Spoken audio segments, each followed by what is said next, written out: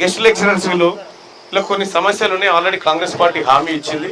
ఆ హామీని guest lecturers లో ఏ హామీలు అయితే ఇచ్చినామో వాటిని టంచనగా మీ సోదరుడు తీర్మానం వలన అమలు చేసి మీ చేతిలో పెడతారు. అన్నగారికి మీరందరూ ఓట్లు ఖచ్చితంగా వేసి గెలిపించాలి. ఇంతకుముందు చెప్తున్నట్టు పథకాలు ఖచ్చితంగా అన్నగారు చెప్తున్నాము.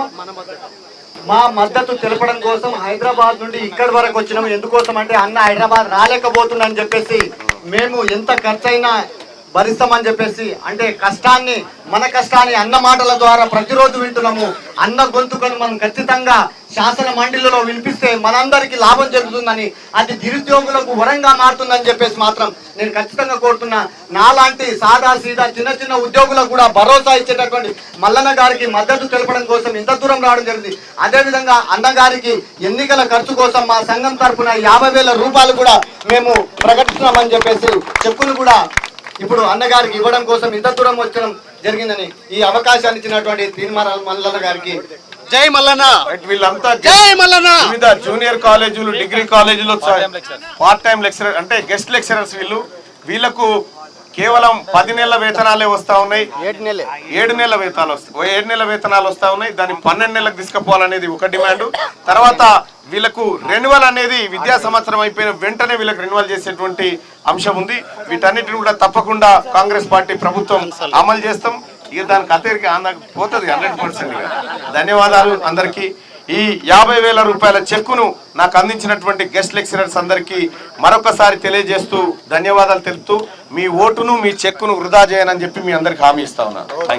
మేము కూడా ప్రమాణం చేస్తాం. మా ఓటు ఖచ్చితంగా మీకే వేయడమే కాదు, మా ఫ్రెండ్స్ అందరు కూడా ఇక్కడ ఉన్నటువంటి అందరు కూడా అన్నగారు ఇక్కడ మన దగ్గర మా ఓట్లు రాజిరెడ్డి అన్నగారు. సార్ నమస్తే అండి, పెద్దలందరికీ నమస్తే అండి. మల్లన్న గారికి గతంలో ఓటు వేశాను కానీ బాధపడ్డాను, గెలవలేదని చాలా బాధపడ్డాను. ఈ రోజు ఖచ్చితంగా నేను, నా భార్యది, నా అక్కది, నా బామ్మర్దిది అందరి ఓటేసి మల్లన్నను గెలిపించుకోవాల్సిన అవసరం ఉంది. పార్టీకి రహితంగా ఒక వ్యక్తిగా, ఒక సామాన్యుడిగా, ఒక న్యూస్ రిపోర్టర్గా, ఒక మేధావిగా ఈ గొంతుకని మూగపోయే విధంగా గత ప్రభుత్వము ఎంత డిస్టర్బ్ చేసిందో మనందరికి తెలిసినటువంటి అంశమే. ఆ గొంతును ఇవాళ వెలుగెత్తి చాటి భవిష్యత్తు యువతకి, రాజకీయ పార్టీలకి ఒక మార్గదర్శిగా ఈ మల్లన్న నిలబెట్టుకోవాల్సినటువంటి ఒక బాధ్యత మనందరి మీద ఉంది. ఉన్నత చదువులు చదివినటువంటి ఒక డాక్టర్లుగా చదివినటువంటి ఒక మేము మల్లన్నకి ముందుండి ఈ మా జోన్లో ఉన్నటువంటి ఒక సుమారు 1000 ఓట్లని 99% ఓట్లు వేయించేటువంటి ఒక హామీ ఇస్తూ జై మల్లన్న అని చెప్తున్నాం.